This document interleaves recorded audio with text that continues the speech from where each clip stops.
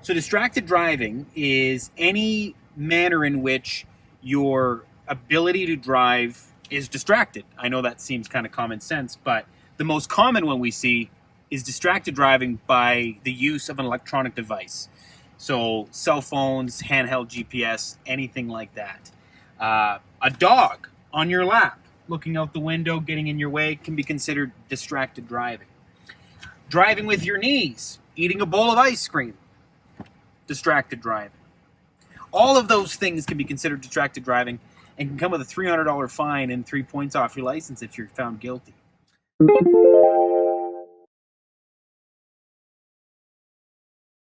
So the most common way people distract drive is by the use of their electronic device, i.e. a cell phone.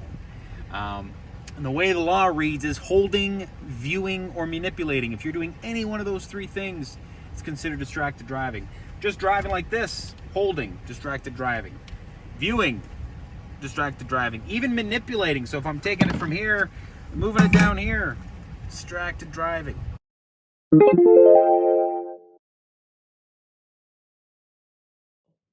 When you turn 16 and get your Class 5 GDL driver's license, you are eligible for up to 8 demerit points on your license. After a year of driving, when you get your full Class 5 driver's license, that goes up to 15 demerit points.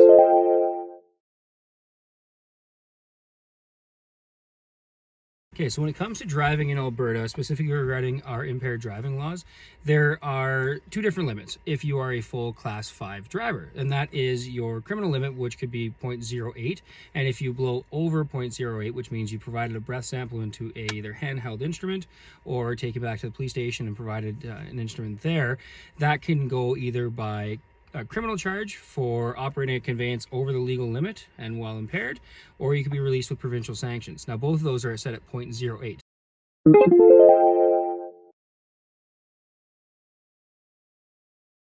So the criminal aspect is being released for a court date, and you would have to go and appear before a judge, and you would still have your driver's license suspended. Now, if we release you on provincial sanctions, it is a 90-day license suspension followed by a year with an interlock program and a monetary fine of approximately $1,200 plus a 30-day vehicle seizure. Now, if you provide a sample and it is between 0.05 and 0.08, it is a 72-hour suspension. You still get your vehicle seized for, I believe it is 7 days, multiple set of days, and it increases per offense after that. And you also do have a monetary fine associated with that and your license suspension, as we stated. Now, if you're a GDL driver, though, it is an absolute zero tolerance. Now, it doesn't matter how old you are, whether you're a teenager or an adult or you're in your elderly years. If you're a Class 5 GDL driver, it is nothing. You cannot provide a sample and have it even show up the smallest amount of alcohol in your system before driving.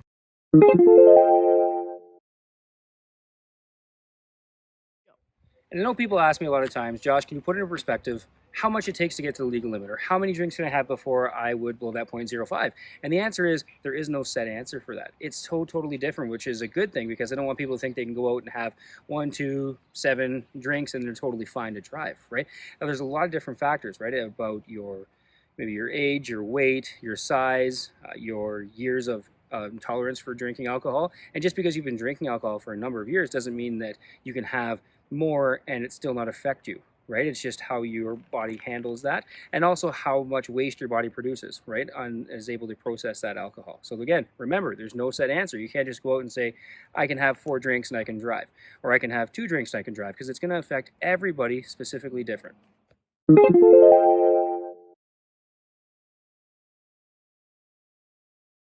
And there's another myth that I do want to talk about, because I know people say it all the time, is that, hey Josh, cops can't check if you're driving high.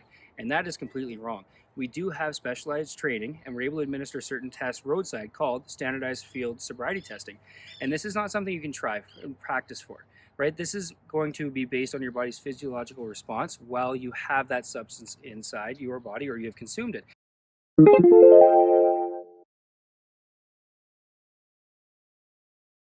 And so then if you fail the standardized field sobriety testing that's done on you, you can be placed under arrest for operating a conveyance while under the influence, and we would then contact a drug recognition expert, or a DRE. These are people that have more specific specialized training, and they're able to administer further testing to determine if you are impaired by a substance and which substance that is, and they would also be able to get a urine sample from you and have that sent off to the lab. And refusing to do so is the same as refusing to do provide a breath sample on an instrument, and you can be charged with refusing to provide a sample.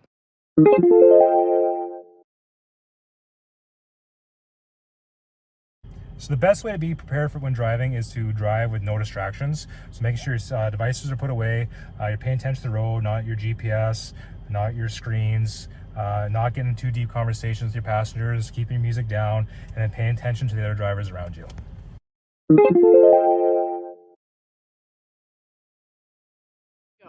It's always going to be prepared for any emergency, so having a first aid kit, and being in Alberta with the road conditions changing, it's always good to have a vehicle survival kit.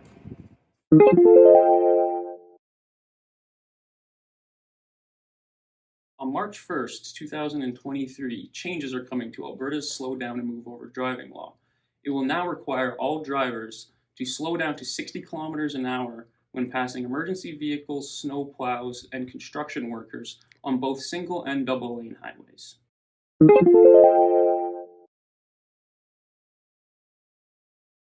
So you always need to be wearing a seatbelt while driving in a vehicle. There is a correct way to wear your seatbelt. It needs to come over your shoulder and across your hips.